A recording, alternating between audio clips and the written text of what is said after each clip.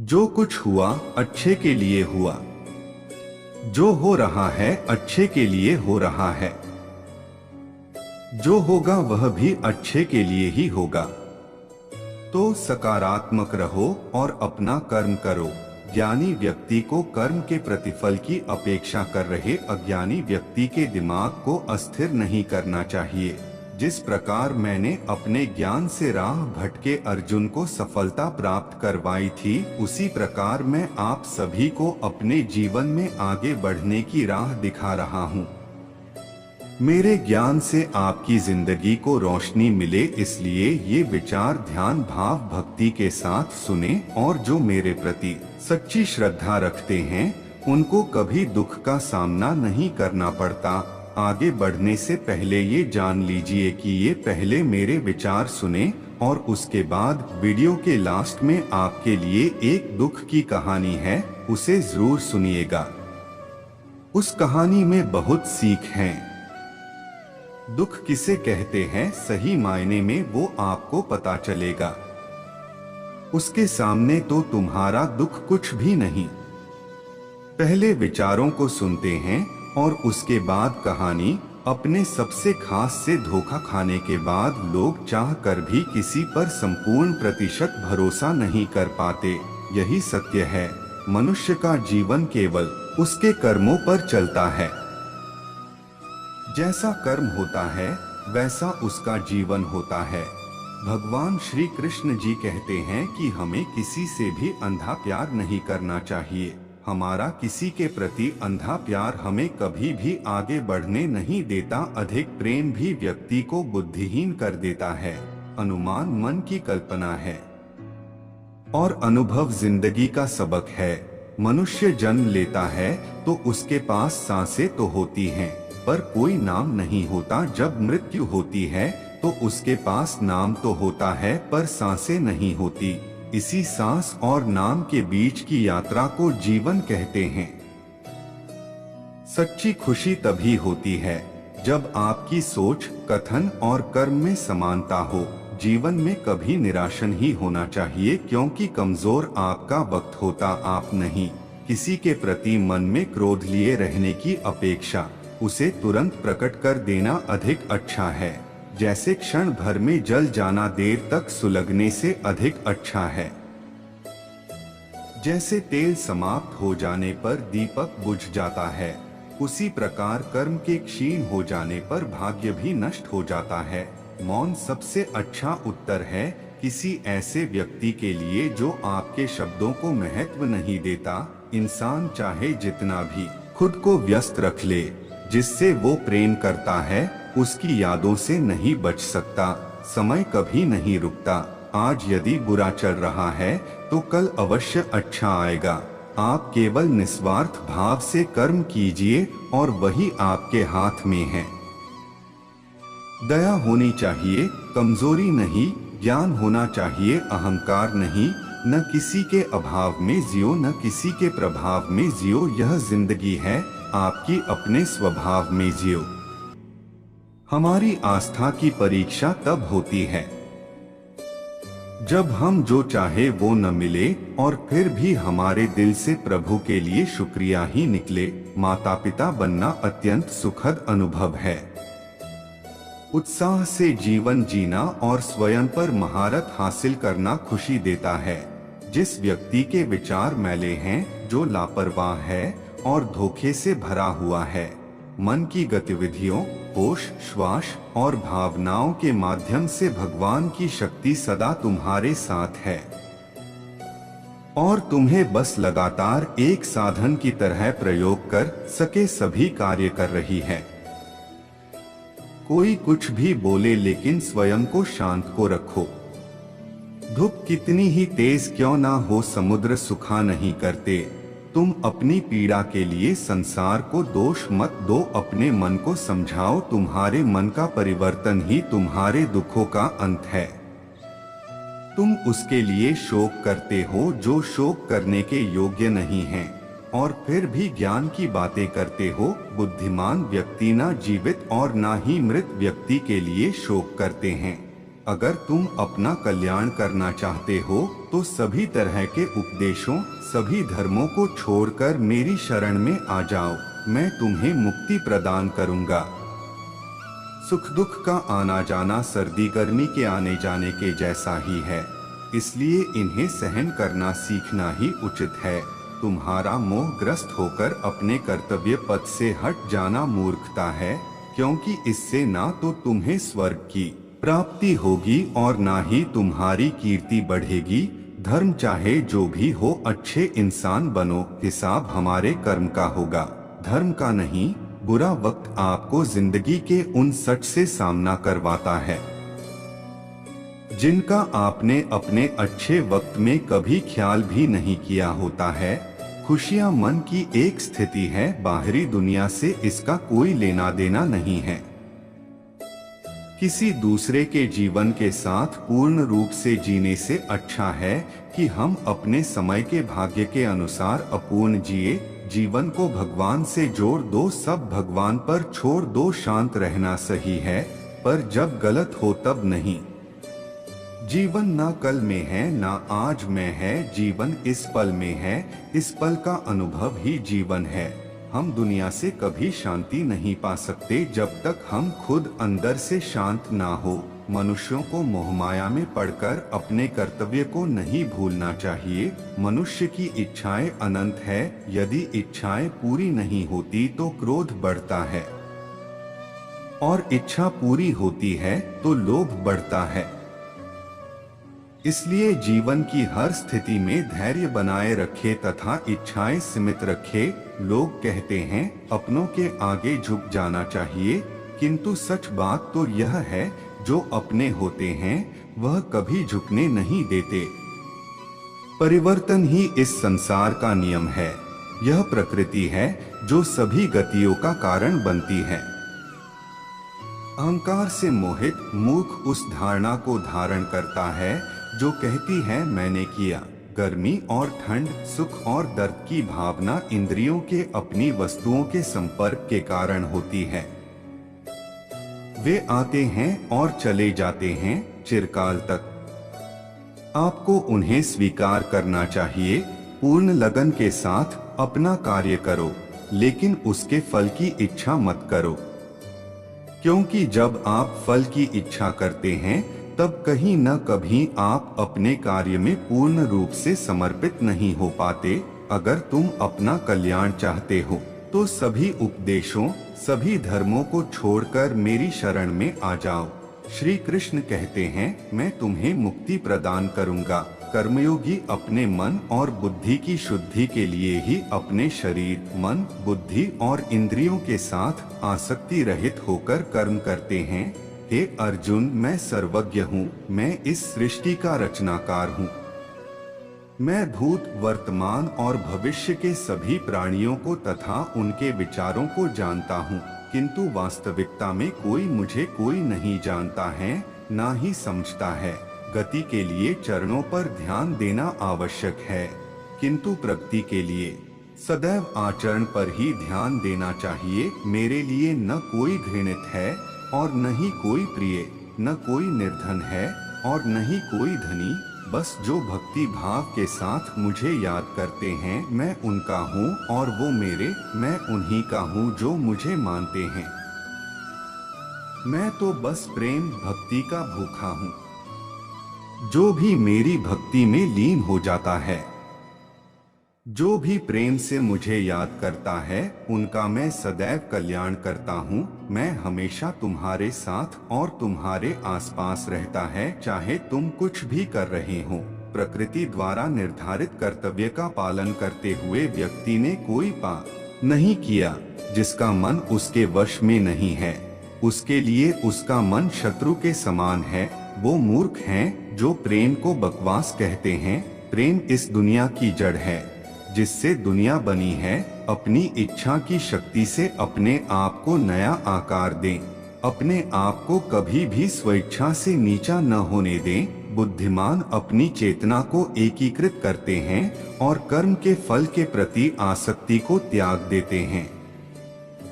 मनुष्य अपने विश्वास से निर्मित होता है। जैसा वो विश्वास करता है वैसा वो बन जाता है।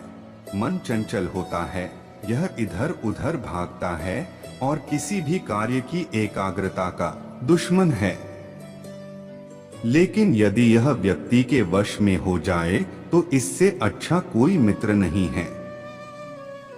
मन को एकाग्र करना जरूरी है, बस थोड़े से प्रयास और अभ्यास की जरूरत है। जब भी आप कोई बुरा कार्य करते हो या अच्छा कार्य करते हो, आपको लगता है कि कोई देख नहीं रहा, तो यहाँ श्री कृष्ण कहते हैं कि तुम जो कुछ भी कर रहे हो मेरी दृष्टि सदैव तुम पर है। इसलिए आप यह मत समझे कि आप अकेले हैं, आपके साथ श्री कृष्ण सदैव हैं। जीवन में आधे दुख इस वजह से आते हैं क्योंकि हमने उनसे आशाएं रखी जिनसे हमें नहीं रखनी चाहिए थी। भावार्थ ये है कि हम सभी मनुष्य किसी न किसी अन्य मनुष्य से बंधे होते हैं, या कहो किसी दूसरे इंसान पर निर्भर रहते हैं, और इसी निर्भरता से हमारे मन में उम्मीद और आशाएं बानी रहती है कि हमारा कोई मदद कर दे गए। परंतु कई बार हम गलत इंसान से आशाएं या फिर उपेक्षा कर लेते हैं, जिसके वजह से हमें कई दुख और तकलीफों का सामना करना पड़ता है।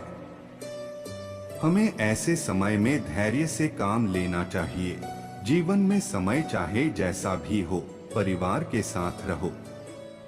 सुख हो तो बढ़ जाता है और दुख हो तो बढ़ जाता है। इस संसार में मूर्ख व्यक्ति, अधर्मी, अज्ञानी व नास्तिक प्रकृति का व्यक्ति मेरी शरण स्वीकार नहीं कर सकता। दुख और सुख सच में मन के विकल्प हैं। जिस व्यक्ति का मन उसके वश में है वह सुखी कहलाता है, कारण कोई उसे उसकी इच्छा के बिना कष्ट नहीं दे सकता है। वह अपने मन अनुसार चलता है और जीवन जीता है। दुखी वह है जो दूसरों के कहने पर चलता है या जिसका मन स्वयं के वश में न होकर अन्य के वश में है। वह उसकी इच्छानुसार व्यवहार करता है, उसे खुश करने के लिए ही सारे कार्य करता है। वह दूसरे के समान बनना चाहता है, आथ दूसरे के हाथ की कठपुतली बन जाता है। आथ दुख और सुख तो मन के विकल्प ही हैं। जिसने मन को जीत लिया वह उस पर शासन करता है, नहीं तो दूसरे उस पर शासन करते हैं। अपने जीवन में कभी भी ना किसी को आनंद में वचन दे, ना क्रोध में उत्तर दे और ना ही दुख में कभी निर्णय ले। किसी और का काम पूर्णता से करने से कहीं अच्छा है कि अपना काम करें, भले ही उसे अपूर्णता से करना पड़े। मैं ही इस सृष्टि की रचना करता हूँ, मैं ही इसका पालन पोषण करता हूँ और मैं ही इस सृष्टि का विनाश करता हूँ। जो कुछ हुआ अच्छे के लिए हुआ, जो हो रहा है अच्छे के लिए हो रहा है, जो होगा वह भी अच्छे के लिए ही होगा। तो सकारात्मक रहो और अपना कर्म करो। आए अब ये कहानी सुनते हैं। एक बूढ़ी माँ दर्द भरी कहानी है। कहानी एक ऐसी बूढ़ी माँ है जिसकी कहानी सुनकर आप भावुक हो जाओगे। तो चलिए शुरू करते हैं। यह कहानी है एक बूढ़ी महिला की जिसका नाम धीरा था। धीरा अपने बेटे के साथ एक छोटे से गांव में रहती थी। वह अपने बेटे को बहुत प्यार करती थी और उसकी खुशियों का सबसे बड़ा स्रोत थी। धीरा का बेटा बहुत मेहनती था और उसने शहर में एक नौकरी पाई थी। वह घर के लिए पैसे भी लाता था, लेकिन उसके पास समय की कमी हो जाती थी।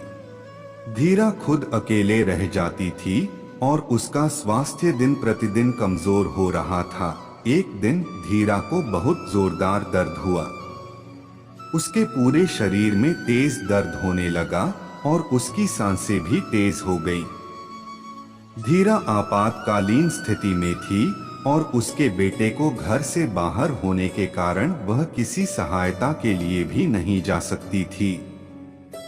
धीरा का दर्द और बेचैनी देखकर गांव के लोग उसकी मदद करने के लिए आए, लेकिन किसी को इसका समाधान नहीं मिला। वहां तक कि गांव के वैद्य ने भी इसे नहीं ठीक कर सके।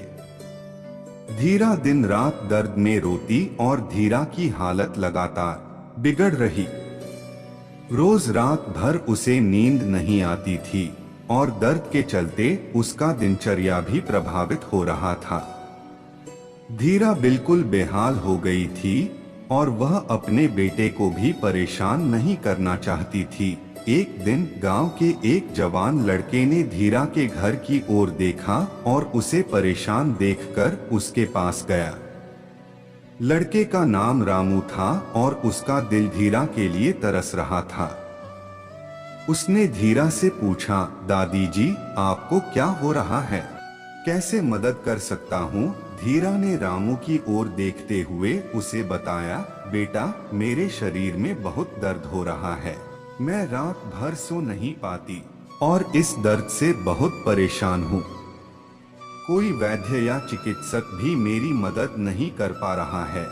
रामू ने धीरा की बात सुनकर दुखी होकर सोचा और फिर बोला, दादी जी, मैं आपको शहर के एक अच्छे अस्पताल ले जा सकता हूँ। वहाँ डॉक्टर आपकी देखभाल करेंगे और आपको ठीक करने की कोशिश करेंगे। धीरा ने रामू की आवाज में उम्मीद देखी और धीरा के बेटे से मदद मांगते हुए रामू की सहायता स्वीकार कर ली।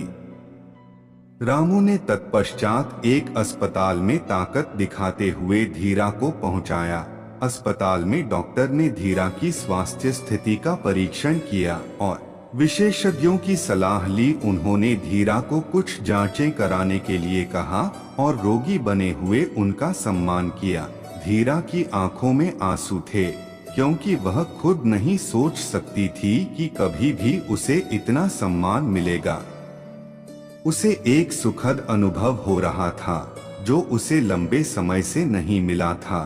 डॉक्टरों ने धीरा को ठीक ठहराने के लिए उपयुक्त दवाओं की सलाह दी और रेगुलर चेकअप के लिए उसे अस्पताल में रखा गया। धीरा के बेटे ने अपनी मां का ख्याल रखने का वादा किया और रोज उसके पास आकर उसका ध्यान रखने लगा। धीरा का स्वास्थ्य धीरे धीरे सुधरने लगा और उसका दर्द कम होने लगा। धीरा को खुशी हुई कि उसका बेटा उसके लिए इतनी देखभाल कर रहा था और उसका स्वास्थ्य सुधार रहा था। धीरा ने अस्पताल में अपने आसपास के लोगों से भी दोस्ती की। उन्होंने अपनी मदद के लिए उनकी सहायता को स्वीकार किया और अपने दर्द की कहानी सभी के साथ साझा की। धीरा की कहानी सुनकर लोगों का दिल दुख गया और वे संगठित होकर उसकी मदद करने के लिए एकत्रित हुए। वे धीरा के घर पर आए और उसे स्वागत किया। समुदाय के लोगों ने अपने योग्यतानुसार रोजगार प्रदान किया। उसके लिए खाने पीने की व्यवस्था की प्रदान किया जाता है। धीरा ने इस अनुभव से एक सच्ची उम्मीद और सकारात्मकता का साथ पाया। वह अपने बेटे के साथ अब गांव में नहीं रही बल्कि समुदाय के बीच अपने नए घर में रहने लगी। वह अपने जीवन को फिर से सशक्त बनाने के लिए समाज के अन्य सदस्यों की मदद करने का निर्णय लिया। धीरा ने गांव के बच्चों के लिए मुफ्त शिक्षा कार्यक्रम चलाना शुरू किया और स्वयं वृद्धों की देखभाल करने में मदद करने लगी। उसने समाज में सभी को जोड़कर सामूहिक सेवा की शुरुआत की, जिससे लोगों में जागरूकता और सामाजिक उत्थान की भावना उत्पन्न होने लगी। धीरा की कहानी उदाहरण स्थापित करती है कि हमारी समाज शास्त्रीय उम्र में बूढ़े माताओं और पिताओं को भी मान्यता देनी चाहिए। उनका योगदान और उनकी अनुभव से भरी जीवन कहानियां हमें अद्वितीय सीख सकती हैं। धीरा की समाज सेवा ने आसपास के लोगों में एक सामाजिक बदलाव का संकेत दिया। धीरा अब एक समाज सेविका के रूप में प्रसिद्ध हो गई थी। उसकी सहायता से गांव में शिक्षा का स्तर सुधारा गया, स्वास्थ्य सुविधाएं बेहतर बनाई गईं और वृद्धाश्रमों में उच्च गुणवत्ता की देखभाल हुई। धीरा अपने नए जीवन का आनंद उठा रही थी। उसकी समाज में स्थानिकता और महत्व बढ़ गया था। वह न केवल अपने बेटे के लिए एक मार्गदर्शक बनी, बल्कि गांव के हर व्यक्ति के लिए भी आदर्श बन गई।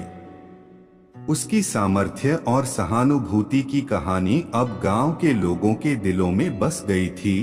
धीरा ने यह साबित कर दिया कि उम्र न केवल व्यक्ति के शरीर की स्थिति का प्रतीक है, बल्कि उसकी अनुभव से प्राप्त ज्ञान, समर्पण और दृढ़ता भी। ज्ञानी व्यक्ति को कर्म के प्रतिफल की अपेक्षा कर रहे अज्ञानी व्यक्ति के दिमाग को अस्थिर नहीं करना चाहिए।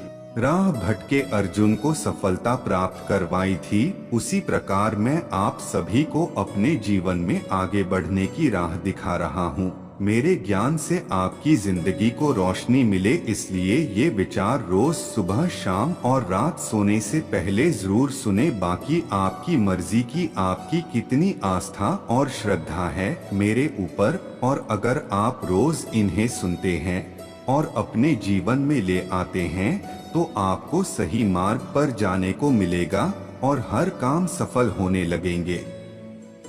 अपने परिवार और दोस्तों को शेयर करके इस ज्ञान को और बांटे, क्योंकि ज्ञान बांटने से ही बढ़ता है। एक बार कृष्ण के जन्मदिवस के अवसर पर उत्सव मनाने के लिए बहुत बड़ी तैयारियां की गई थीं।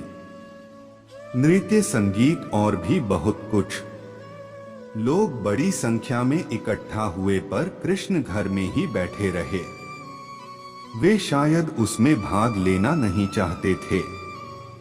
वैसे तो कृष्ण हर तरह के उत्सव के लिए हमेशा तैयार ही होते थे, पर इस दिन किसी वजह से उनकी इच्छा नहीं थी।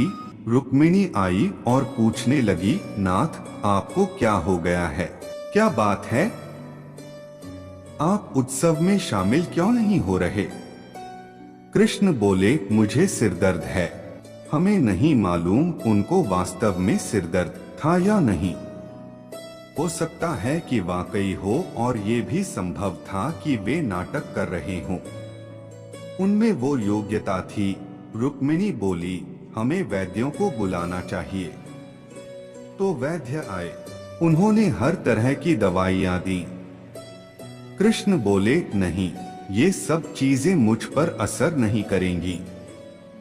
लोगों ने पूछा, तो हमें क्या करना चाहिए? तब तक बहुत सारे लोग इकट्ठा हो गए थे। सत्यभामा आई, नारद आए, हर कोई परेशान था। क्या हो गया? क्या हुआ है? कृष्ण को सिर दर्द है। हम उन्हें ठीक करने के लिए क्या करें?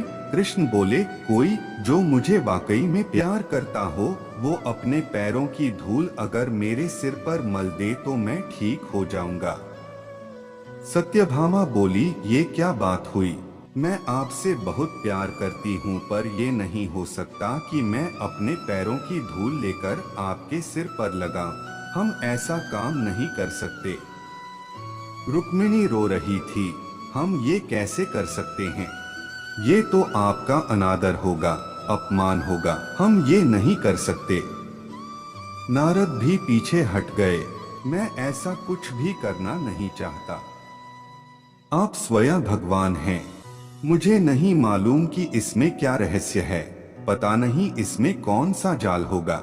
मैं अपने पैरों की धूल आपके सिर पर रखूंगा तो हमेशा नरक की आग में जलूंगा। मैं ऐसा कोई काम करना नहीं चाहता। चारों ओर बात फैल गई। हर कोई सत्ते में था। हम ये काम नहीं कर सकते। हम सब उन्हें बहुत प्यार करते हैं, पर ऐसा करके हम नरक में जाना नहीं चाहते। उत्सव मनाने के लिए लोग कृष्ण का इंतजार कर रहे थे, पर कृष्ण अपना सिरदर्द लेकर बैठे थे। फिर ये बात वृंदावन तक पहुंची। गोपियों को मालूम पड़ा कि कृष्ण को सिरदर्द है। तब राधा ने अपनी साड़ी का पल्लू फाड़कर जमीन पर बिछा दिया और सब गोपियां उस पर नाचने लगी। उन्होंने फिर वो पल्लू नारद को देकर कहा, इसे ले जाइए और कृष्ण के सिर पर बांध दीजिए। नारद वो धूल भरा पल्लू ले आए और उसे कृष्ण के सिर पर बांध दिया। कृष्ण का सिर दर्द तुरंत ठीक हो गया। कृष्ण ने हमेशा स्पष्ट रूप से बताया कि उनके लिए कौन सी चीज सबसे ज्यादा महत्वपूर्ण थी।